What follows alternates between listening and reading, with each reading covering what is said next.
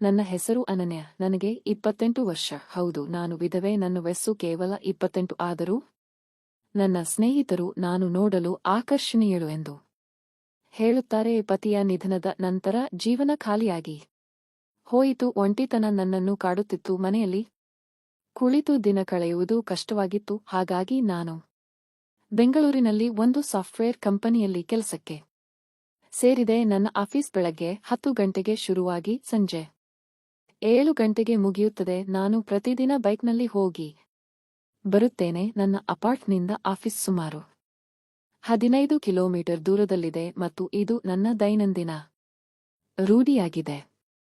ಒಂದು ದಿನ ಕಚೇರಿಯಿಂದ ಹಿಂದಿರುಗುವಾಗ ನನ್ನ ಬೈಕಿನ ಪೆಟ್ರೋಲ್ ಟ್ಯಾಂಕ್ ಇದ್ದಕ್ಕಿದ್ದಂತೆ ಖಾಲಿಯಾಯಿತು. ಬೆಳಗ್ಗೆ ಅವಸರದಲ್ಲಿ ಪೆಟ್ರೋಲ್ ಹಾಕಿಸಲು ಮರೆತಿದ್ದೆ. ಈಗ ಟ್ರಾಫಿಕ್ ಜಾಸ್ತಿಯಾಗಿತ್ತು. ಕತ್ತಲು ಆವರಿಸುತ್ತಿತ್ತು. ಬೈಕನ್ನು ರಸ್ತೆಯ ಬದಿಗೆ ನಿಲ್ಲಿಸಿ ತಳ್ಳಿಕೊಂಡು ಹೋಗಲು ಪ್ರಾರಂಭಿಸಿದೆ. ಮನಸ್ಸಿನಲ್ಲಿ ಆತಂಕ ಮನೆ ಮಾಡಿತು. ಏನು ಮಾಡಬೇಕೆಂದು ತೋಚುತ್ತಿರಲಿಲ್ಲ. ದಾರಿಯಲ್ಲಿ ಜನ ಓಡಾಡುತ್ತಿದ್ದರು. ಆದರೆ ಯಾರನ್ನೂ ಸಹಾಯ ಕೇಳಲು ಸಂಕೋಚವಾಯಿತು. ಸುಮಾರು ಅರ್ಧ ಕಿಲೋಮೀಟರ್ ತಳ್ಳಿಕೊಂಡು ಹೋದ ನಂತರ ಕತ್ತಲು ಹೆಚ್ಚಾಗಿ ಭಯ ಹೆಚ್ಚಾಯಿತು. ಒಮ್ಮೆಗೆ ಹಿಂದಿನಿಂದ ಒಂದು ಬೈಕ್ ಬಂದು ನನ್ನ ಹತ್ತಿರ ನಿಂತಿತು. ನಾನು ಸ್ವಲ್ಪ ಧೈರ್ಯದಿಂದ ಕೈ ಸನ್ನೆ ಮಾಡಿದೆ. ಬೈಕ್ ನಿಂತಿತು. ಅದರಿಂದ ಒಬ್ಬ ಯುವಕ ಇಳಿದು ಬಂದ. ಅವನು ನೋಡಲು ಸುಂದರವಾಗಿದ್ದ. ಸಮಾಧಾನವಾಗಿ ಏನಾಯಿತು ಎಂದು ಕೇಳಿದ. ನಾನು ತುಸು ಸಂಕೋಚದಿಂದ ನನ್ನ ಬೈಕಿಗೆ ಪೆಟ್ರೋಲ್ ಖಾಲಿಯಾಗಿದೆ ಎಂದು ಹೇಳಿದೆ. ಅವನು ತನ್ನ ಬೈಕನ್ನು ಪಕ್ಕಕ್ಕೆ ಇಟ್ಟು ನನ್ನ ಬೈಕನ್ನು ನೋಡಿದ ನಂತರ ನಿಮ್ಮ ಬಳಿ ಖಾಲಿ ಬಾಟಲ್ ಇದೆಯೇ ಎಂದು ಕೇಳಿದ. ನನ್ನ ಬ್ಯಾಗಲ್ಲಿ ಒಂದು ಪ್ಲಾಸ್ಟಿಕ್ ಬಾಟಲ್ ಇತ್ತು. ಅವನು ಅದನ್ನು ತೆಗೆದುಕೊಂಡು ತನ್ನ ಬೈಕ್ನಿಂದ ಸ್ವಲ್ಪ ಪೆಟ್ರೋಲ್ ತೆಗೆದು ನನ್ನ ಬೈಕಿಗೆ ಹಾಕಿದ. ಬೈಕ್ ಸ್ಟಾರ್ಟ್ ಮಾಡಿ ನೋಡಲು ಹೇಳಿದ. 2 ಸಲ ಒದ್ದ ತಕ್ಷಣ ಬೈಕ್ ಚಾಲು ಆಯಿತು. ನಾನು ಅವನಿಗೆ ಧನ್ಯವಾದ ಹೇಳಿದೆ ಮತ್ತು ಹಣ ಕೊಡಲು ಪ್ರಯತ್ನಿಸಿದೆ. ಆದರೆ ಅವನು ಬೇಡವೆಂದ. ಆ ಕ್ಷಣದಲ್ಲಿ ಅವನ ಬಗ್ಗೆ ನನಗೆ ಗೌರವ ಉಂಟಾಯಿತು. ಅವನ ಹೆಸರೇನು ಎಂದು ಕೇಳಿದೆ. ಅವನು ನನ್ನ ಹೆಸರು ರೋಹನ್ ಎಂದು ಹೇಳಿದ. ನಾನು ಕೂಡ ನನ್ನ ಹೆಸರು ಅನನ್ಯ ಎಂದು ಹೇಳಿದೆ. ನಮ್ಮಿಬ್ಬರ ನಡುವೆ ಮಾತುಕತೆ ಶುರುವಾಯಿತು.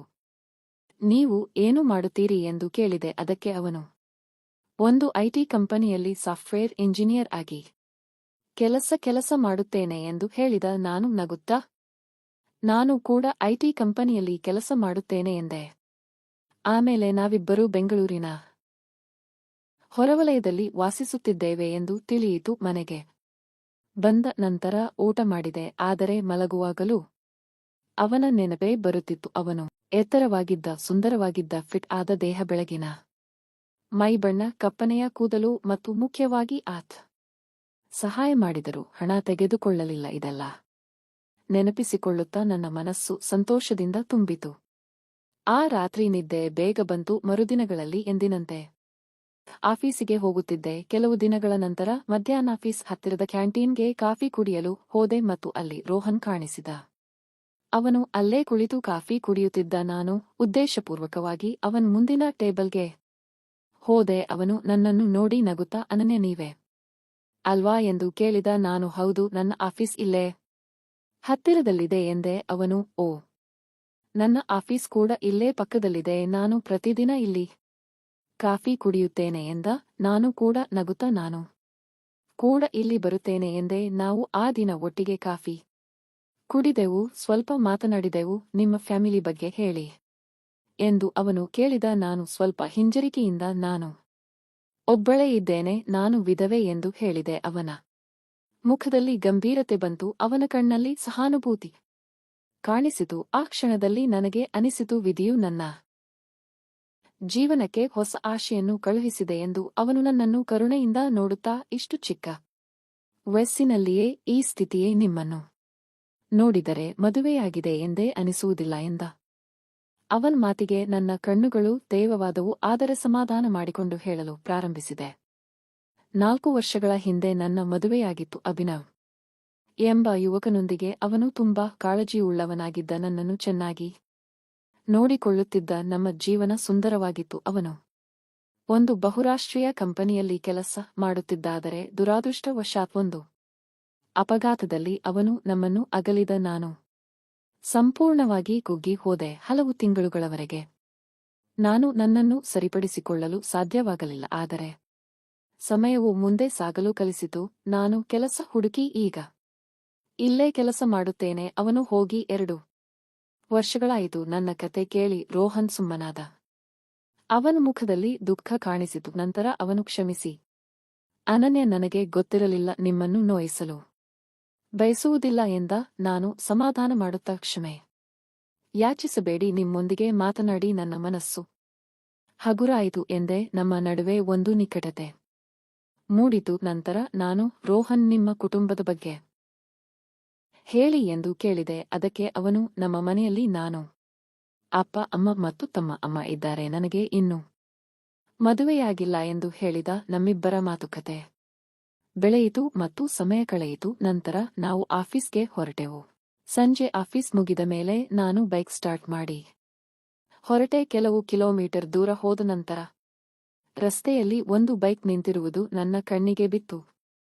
ಹತ್ತಿರ ಹೋಗಿ ನೋಡಿದಾಗ ಅದು ರೋಹನ್ನ ಬೈಕ್ ಆಗಿತ್ತು. ಅವನು ಬೈಕ್ ರಿಪೇರಿ ಮಾಡಲು ಪ್ರಯತ್ನಿಸುತ್ತಿದ್ದ. ನಾನು ನನ್ನ ಬೈಕ್ ನಿಲ್ಲಿಸಿ ಅವನ ಬಳಿ ಹೋದೆ. ಅವನು ನನ್ನನ್ನು ನೋಡಿ ನಗುತ್ತಾ, ಏನು ಮಾಡುವುದು, ಬೈಕ್ ಕೆಟ್ಟು ನಿಂತು ಬಿಟ್ಟಿದೆ ಎಂದ. ನಾನು ನಗುತ್ತಾ, ಗ್ಯಾರೇಜ್ ಇನ್ನು 5 km ದೂರ ಇದೆ ಎಂದೆ. ಆಗ ನನ್ನ ಮನಸ್ಸಿಗೆ ಒಂದು ಉಪಾಯ ಹೊಳೆಯಿತು. ನಾನು ನನ್ನ ಬೈಕಿನಲ್ಲಿ ರೋಪ್ ಇದೆ, ನಿನ್ನ ಬೈಕನ್ನು ಕಟ್ಟಿ ಎಳೆದುಕೊಂಡು ಹೋಗೋಣ ಎಂದೆ. ಅವನಿಗೆ ನನ್ನ ಉಪಾಯ ಇಷ್ಟವಾಯಿತು. ನಾವು ರೋಪ್ ತೆಗೆದುಕೊಂಡು ಕಟ್ಟಿದೆವು.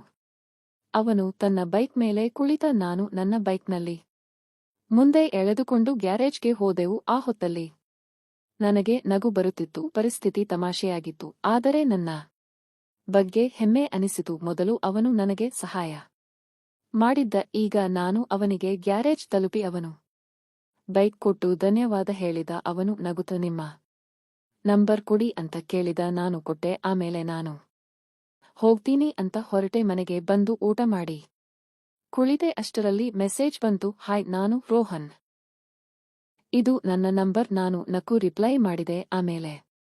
ಆಮೇಲೆ ನಮ್ಮ ಚಾಟ್ ಫೋನ್ ಕಾಲ್ ಆಯ್ತು.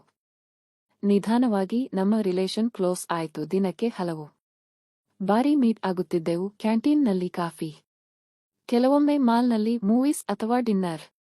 ಒಬ್ಬರನ್ನೊಬ್ಬರು ಓಪನ್ ಆಗಿ ಮಾತಾಡುತ್ತಿದ್ದೆವು. ನಮ್ಮ ನಡುವೆ ಅಟ್ರಾಕ್ಷನ್ ಬೆಳೆಯಿತು. ನನ್ನ ಹೃದಯ ಅವನ ಕಡೆಗೆ ವಾಲುತ್ತಿತ್ತು. ಅವನ ಕಣ್ಣುಗಳಲ್ಲಿನ ಕಾಳಜಿ, ನಗು ಮತ್ತು ಸಿಂಪಲ್ ನೇಚರ್ ನನ್ನನ್ನು ಟಚ್ ಮಾಡುತ್ತಿತ್ತು. ನಮ್ಮ ರಿಲೇಷನ್ಗೆ ಹೆಸರಿಲ್ಲದಿದ್ದರೂ ಮನಸ್ಸಿನಲ್ಲಿ ಪ್ರೀತಿ ಬೀಜ ಮೊಳೆಯುತ್ತಿತ್ತು. ಆದರೆ ನನ್ನ ಹಳೆಯ ಜೀವನದ ಕಾರಣ ನಾನು ಓಪನ್ ಆಗಿ ಹೇಳಲು ಹೆದರುತ್ತಿದ್ದೆ. ಅವನು ನನಗಿಂತ ಯಂಗ್ ಹುಡುಗಿಯನ್ನು ಹುಡುಕಬಹುದು ಅಂತ ಅನಿಸ್ತಿತ್ತು.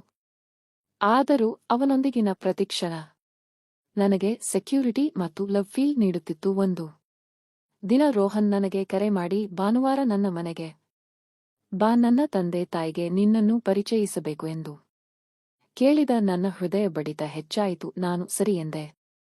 ಆದರೆ ಅಂದೇ ಏನೂ ತುರತು ಕೆಲಸ ಬಂದು ನಾನು ಹೋಗಲು ಸಾಧ್ಯವಾಗಲಿಲ್ಲ. ಅವನಿಗೆ ಬೇಸರವಾಯಿತು. ಮರುದಿನ ಅವನಿಗೆ ಒಂದು ಅಚ್ಚರಿಯನ್ನು ಕೊಡಲು ನಾನು ನಿರ್ಧರಿಸಿದೆ. ಬೆಳಿಗ್ಗೆ ಅವನ ಮನೆಗೆ ಹೋದೆ. ಕಾಲಿಂಗ್ ಬೆಲ್ ಒತ್ತಿದೆ. ಬಾಗಿಲು ತೆರೆದ. ಅವನು ನನ್ನನ್ನು ನೋಡಿ ಆಶ್ಚರ್ಯಚಕಿತನಾದ. ನಾವಿಬ್ಬರು ನಕ್ಕಿವು. ನಾನು ಒಳಗೆ ಹೋದೆ. ನನ್ನ ತಂದೆ ತಾಯಿ ಇವತ್ತು ಬೆಳಿಗ್ಗೆ ಊರಿಗೆ ಹೋದರು ಎಂದು ಅವನು ಹೇಳಿದ. ನನಗೆ ಸ್ವಲ್ಪ ನಿರಾಶೆಯಾಯಿತು. ಸರಿ ಬಿಡು, ನಾನು ನನ್ನ ಮನೆಯನ್ನು ನಿನಗೆ ತೋರಿಸುತ್ತೇನೆ ಎಂದು ಹೇಳಿ ಅವನು ಮನೆಯನ್ನು ತೋರಿಸಿದ. ಮನೆ ತುಂಬಾ ಸುಂದರವಾಗಿ ಸ್ವಚ್ಛವಾಗಿ ಇತ್ತು. ನಂತರ ಅವನು ನಗುತ್ತ, ಮನೆಯಲ್ಲಿ ಯಾರೂ ಇಲ್ಲ, ನೀನೇ ನನಗೊಂದು ಕಾಫಿ ಮಾಡಿಕೊಡು ಎಂದ. ನಾನು ನಾಚಿಕೊಂಡು ಅಡುಗೆ ಮನೆಗೆ ಹೋದೆ. ಕಾಫಿ ಮಾಡಿ ತಂದಾಗ ಅವನು ನನ್ನನ್ನು ವಿಶೇಷವಾಗಿ ನೋಡುತ್ತಿದ್ದ. ನನಗೆ ನಾಚಿಕೆ ಆಯಿತು. ನಾವು ಸೋಫಾದಲ್ಲಿ ಕುಳಿತು ಕಾಫಿ ಕುಡಿಯುತ್ತಿದ್ದೆವು. ನಮ್ಮ ಕಣ್ಣುಗಳು ಒಂದನ್ನೊಂದು ನೋಡಿದವು. ಇದ್ದಕ್ಕಿದ್ದಂತೆ ಅವನು ನನ್ನ ಕೈಯನ್ನು ಹಿಡಿದ. ಅವನ ಸ್ಪರ್ಶ ನನಗೆ ರೋಮಾಂಚನವನ್ನು ಉಂಟುಮಾಡಿತು. ಅವನು ಮೃದುವಾದ ಧ್ವನಿಯಲ್ಲಿ, ಅನನ್ಯ, ನಾನು ನಿನ್ನನ್ನು ಪ್ರೀತಿಸುತ್ತೇನೆ, ನನ್ನನ್ನು ಮದುವೆಯಾಗುತ್ತೀಯಾ? ನಾನು ಈ ವಿಷಯವನ್ನು ನನ್ನ ತಂದೆ ತಾಯಿಗೂ ಹೇಳಿದ್ದೇನೆ ಎಂದ. ನಾನು ಆಶ್ಚರ್ಯಚಕಿತಳಾದೆ, ಆದರೆ ಸಂತೋಷವಾಯಿತು. ನಿನಗೆ ಗೊತ್ತಿದೆ, ನನಗೊಂದು ಕರಾಳ ಭೂತಕಾಲವಿದೆ ಎಂದೆ. ಅದಕ್ಕವನು, ನಿನ್ನ ಭೂತಕಾಲದ ಬಗ್ಗೆ ನನಗೆ ಚಿಂತೆ ಇಲ್ಲ, ನೀನು ನನಗೆ ಬೇಕು ಎಂದ ಅವನ ಆ ಮಾತು ನನ್ನನ್ನು ಕರಗಿಸಿತು. ನನ್ನ ಕಣ್ಣುಗಳು ತೇವವಾದವು. ನಾನು ಅವನನ್ನು ತಬ್ಬಿಕೊಂಡೆ. ನಾನು ಕೂಡ ಪ್ರತಿಕ್ರಿಯಿಸಿದೆ.